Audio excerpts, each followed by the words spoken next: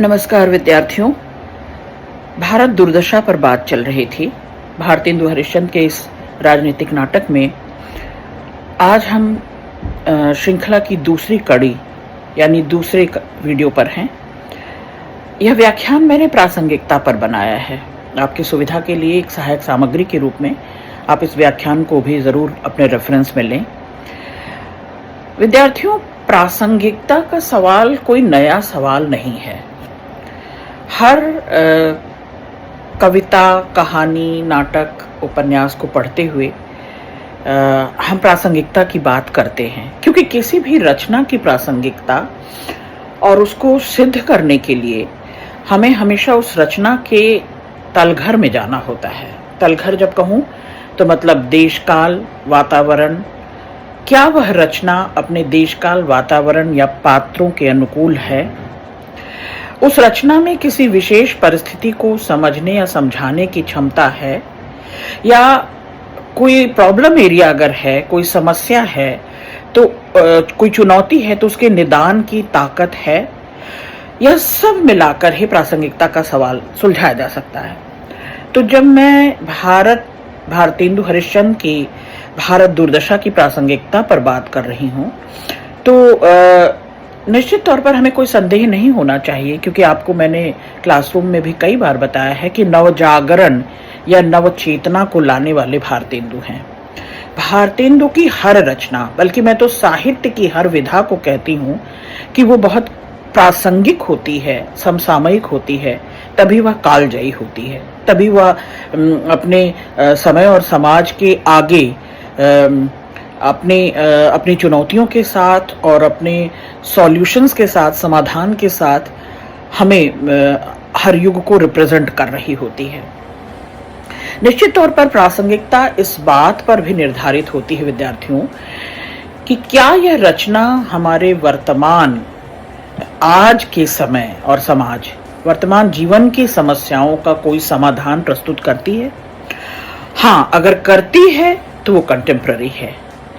क्या वह रचना हमारे मनोनुकूल, हमारे मनस्थितियों, हमारी मनोभौतिक परिस्थितियों से पूर्ण रूप से टकराती है, संबंधित है? तो हाँ, वह प्रासंगिक है। जहां तक भारतेंदु हरिश्चंद्र की बात है, तो उनकी कविता हो, उनके नाटक हो, या उनका गद्य भी हो, निबंध, उन सब में आप देखेंगे कि उस समय का समाज भी धड़कता है, स्पंदित होता है, और आने वाले समाज के लिए, आने वाले युग के लिए बहुत सारी संभावनाएं, बहुत सारे प्रश्न और जिज्ञासाएं वो छोड़ कर जाते हैं। तो वर्तमान समय और परंपरा और परिवेश से अगर हम आगे निकलते हैं, तो हर रचनाकार अपने केवल समय में ही विद्यमान नहीं होता, वह उससे आगे की बात कर रहा होता। तभी हम साहित्यकारों को दूरदर्शी कहते हैं। वह अपने समय और समाज और अपनी वर्तमान परंपरा और परिवेश से आगे निकलकर अपने संवेदन को, अपने अनुभव को और अपनी सुधियों को, स्मृतियों को सत्य के रूप में स्थापित कर रहा होता है, अपनी रचना में सत्य के रूप में प्रतिष्ठित कर रहा होता है, और यही प्रयास उसे प्रासंगिक बनाती है। ठीक है, इतना समझ में आया? तो मैं जब इस लॉजिक पर हूँ, ये फैक्ट है, ये एक तर्क है, इस तथ्य पर जब मैं हूं, तो इसका संबंध पूरी तरह से वर्तमान परिप्रेक्ष्य में, वर्तमान प्रतिक्रियाओं में केवल सीमित नहीं है। ये केवल मानव मात्र के अवचेतन की व्यथा कथा नहीं है। उपन्यास, कहानी, नाटक, कविता भी मानव मात्र के अवचेतन की मूलभूत संरचना से कहीं आगे है। यानी इन्हीं स्थितियों में प्रत्येक समय का समाज, प्रत्येक समय की चुनौतियां, प्रत्येक समय की प्रॉब्लम्स, जिसको कहते हैं प्रश्न, जिसे मैं प्रायः क्लासरूम में प्रश्न कहती हूं, और प्रत्येक समय का मानव अपनी शिनाख्त करता है, अपनी पहचान करता है। ठीक है, आगे बढ़ती हूं। भारत दुर्दशा पर ही केंद्रित रहूंगी। यदि रचना पर हम दृष्टि डालें, हम भारत दुर्दशा नाटक पर दृष्टि डालें, तो एक बात बहुत साफ रूप में उभर कर सामने आती है। क्या? कि भारतेंदु हरिश्चंद्र की यह रचना भी, यह राजनीतिक नाटक भी उतना ही प्रासंगिक है जितनी कि उनकी अन्य रचनाएं।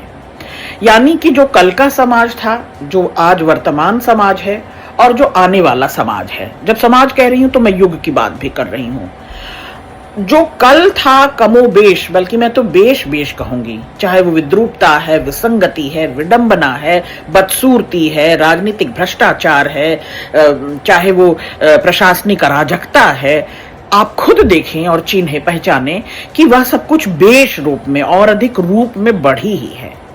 ठीक, तो भारतेंदु में ये प्रतिभा है। हर दूरदर्शी साहित्यकार में मैं ये प्रतिभा ढूंढती हूँ, तलाशती हूँ, और मैं उसी ढंग से हर पाठ को पढ़ाती हूँ कि वो कितना प्रासंगिक है। क्या वो रचनाकार प्रासंगिक है?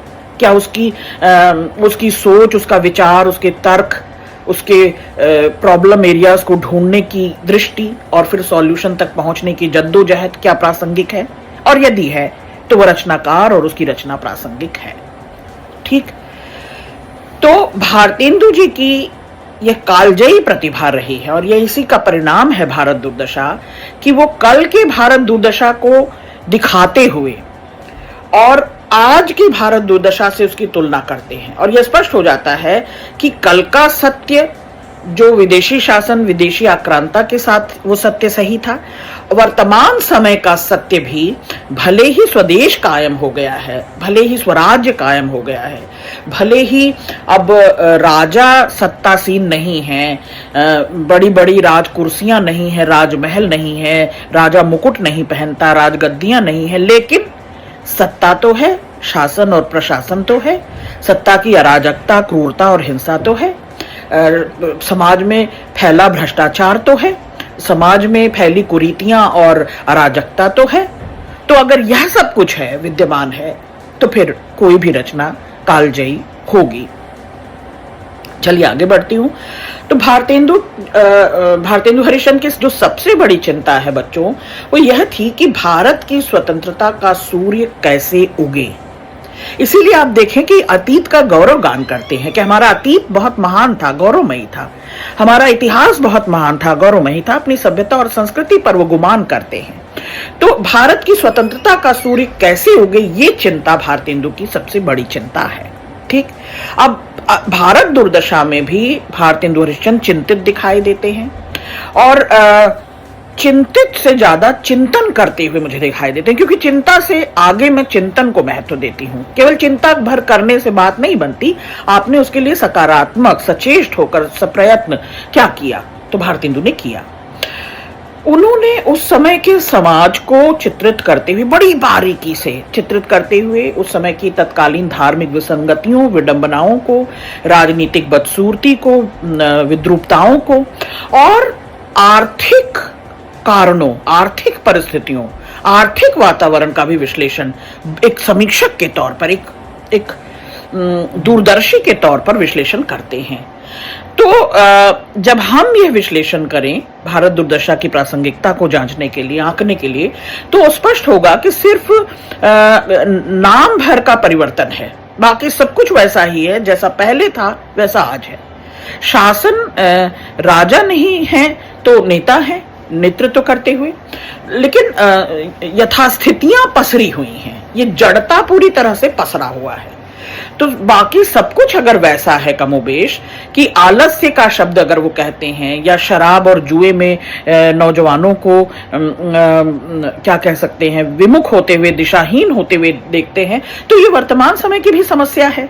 क्या कि आलस्य का शब्द वर्तमान समय में आज और अधिक रूप में हम प्रासंगिक कह सकते हैं। नाटक आज भी अपनी प्रासंगिकता को, अपने समसामयिकता को चीख चीख कर बता रहा है। भारतेंदु के पात्र कुछ जरूर काल्पनिक होंगे, थे भारत दुर्दशा में। जैसे एक भारत दुर्दैव की बात की थी मैंने नाटक पढ़ाते हुए, क्लासरूम में भी आपको बताया था कि ये भारत दुर्दैव जो है वो विदेशी आक्रांता है। फिर वो चाहे यवन को कहते हैं, म्लेच्छ को कहते हैं, अंग्रेज को कहते हैं, यूनानी साम्राज्य हो, वो विदेशी आक्रमण, मुसलमानों का, मुगलों का विदेशी आक्रमण और अंग्रेजों का विदेशी आक्रमण। तो ये जो भारत दुर्देव है, या मदिरा, या सत्यानाश, या चहुओर फैला अंधकार, लोग सभी आज भी कमोबेश भारत की इस वास्तविकता को देख सकते हैं। आज भी पुलिस की वही व्यवस्था है, आज भी शासन तंत्र की वही क्रूरता अराजकता है, आज भी भारत की वैसी ही दुर्दशा है जो भारतेंदु हरिश्चंद्र उस समय लिख रहे हैं। तो भारतेंदु जी का मन अगर कहीं अटक कर रह गया तो उन प्रॉब्लम्स पर, उन चिंताओं पर, उन चुनौतियों पर, और अगर वह अटका रह गया और वो बिना भटके हुए आगे की कथा व्यथा को सुना सके, तो भारतवर्ष की सारी व्यवस्था को वो चित्रित कर रहे हैं भारत दुर्दशा में, और जिसे देखकर हम पाठकों को, हम विद्यार्थियों को, हम शोधार्थियों को भारतेंदु की छटपटाहट पता चलती है, उनकी बेचैनी पता चलती है कि भारत की इतने लंबे स्वाधीनता के बाद भी ये नाटक आज भी अगर हमें समझ में आ रहा है, क्योंकि जितना घुप अंधेरा होगा वहां भारतेंदु और अधिक पहचाने जाएंगे, भारतेंदु की भारत दुर्दशा और अधिक पहचानी जाएगी। तो इस नाटक के माध्यम से दरअसल भारतेंदु हम लोगों की मदद कर रहे हैं स्वाधीन भारत का दृश्य दिखाने में, स्वाधीन भारत की चुनौतियों को, समस्याओं को दिखाने में, क्योंकि आज भी स्थितियां कमोबेश कोई रास्ता सूझता नहीं, कोई दिशा निर्देशक दिखाई नहीं देता, नेतृत्व क्षमता कमजोर पड़ती जा रही है, संसद में केवल अश्लील स्वांग रचा जाता है, जनता के या प्रजा के दुख सुख की कोई आवाजाही नहीं, कोई सुनवाही नहीं। तो भारतेंदु जी के इस नाटक में भी, यानी भारत दुर्दशा में भी, एक तरफ सामाजिक, राजनीतिक स्तर पर भी और आर्थिक कारणों के कारण भी पतन की जो चिंता है वो बरकरार रही, भारत के पराभव की जो चिंता है वो बरकरार रही। स्वाधीन भारत में भी भारत के पराभव की, न वो स्वदेश कायम हुआ, न वो स्वावलंबन कायम हुआ, न वो स्वराज्य की कल्पना जो लेकर हम चले थे, भयानक मोहभंग की स्थितियां थी, स्वप्न भंग की स्थितियां थी। तो इस मोह भंग और स्वप्न भंग को भारतेंदु बहुत अच्छे से उकेर पाए विद्यार्थियों। चलिए आगे बढ़ती हूं। तो आधुनिक समाज में भी, आधुनिक युग में भी, चाहे वो राष्ट्रीय भावना का आहत होना हो, चाहे वो देश प्रेम का गिरना हो, या वास्तविक दृष्टिकोण से अगर हम देखें तो लगातार हमारे कुटुंब का, घर परिवार का, संबंधों का बिखराव हो, ये सब कुछ भारतेंदु अपने इस नाटक भारत दुर्दशा के माध्यम से वर्तमान समय की भी चरमराती जो सामाजिक अवस्था है, जो आर्थिक दशा है, जो राजनीतिक गतिविधियां हैं, इन सब को बहुत साकार रूप देने में सक्षम हो पाए।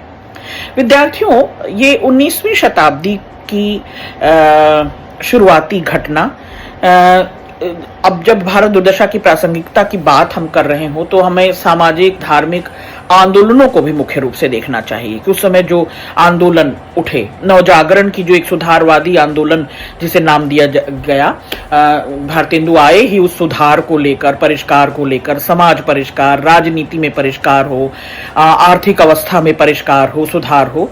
तो ये एक तरह के आंदोलन चल रहे थे उस समय। आपको ध्यान होगा ब्रह्म समाज, आर्य समाज, प्रार्थना समाज, इस तरह के समाज बन रहे थे, क्योंकि देश और समाज में, दुनिया में, जनता में, प्रजा में सुधार की जरूरत थी। तो इन आंदोलनों ने भी सामाजिक और धार्मिक कुप्रथाओं पर जमकर चोट किया।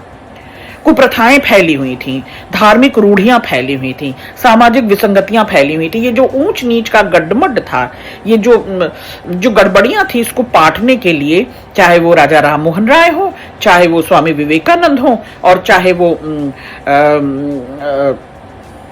स्वामी दयानंद हो, और स्वयं भारतेंदु साहित्यकार के रूप में भारतेंदु हरिश्चंद्र, तो इन सब ने इस पर जमकर चोट किया। और साम्यवादी व्यवस्था में जो बुराइयां फैल रही थी, चाहे वो जात पात की हो, छुआछूत की हो, या फिर धार्मिक अंधविश्वासों की भी हो, सबकी जमकर आलोचना न केवल जीवन में, न केवल समाज में, बल्कि साहित्य में भी होने लगा, किया जाने लगा। चलिए आगे बढ़ती हूं। तो इन आंदोलनों के द्वारा तमाम धार्मिक, सामाजिक कुरीतियों पर प्रहार हुआ, उनमें सुधार की जो गुंजाइश थी उस पर बात हुई, और राष्ट्रीय आंदोलन को वृहद रूप देने के लिए, राष्ट्रीय आंदोलन को और देश प्रेम को विस्तार देने के लिए, राष्ट्रीयता की भावना को समझाने के लिए ये समूचा साहित्य जो भारतेंदु युग में लिखा जा रहा था, यानी भारत दुर्दशा में भी, वो काफी सहायक हुआ। भारतेंदु जी ने धार्मिक संकीर्णता को न केवल स्वीकार किया बच्चों, बल्कि वेदों के माध्यम से भारत की प्रगति का एक रास्ता दिखा रहे थे। क्योंकि भारतेंदु जब आते हैं तो वो वैष्णवता और आधुनिकता का मेल उस समय हो रहा है, तो धार्मिक संकीर्णता को स्वीकार करके वो वेदों के माध्यम से दरअसल एक समाज में सुधार चाह रहे थे। और उनका ये भी मानना था कि वेद उपनिषद जो हैं वो शिक्षा का जरूरी भाग बने, नैतिक शिक्षा का।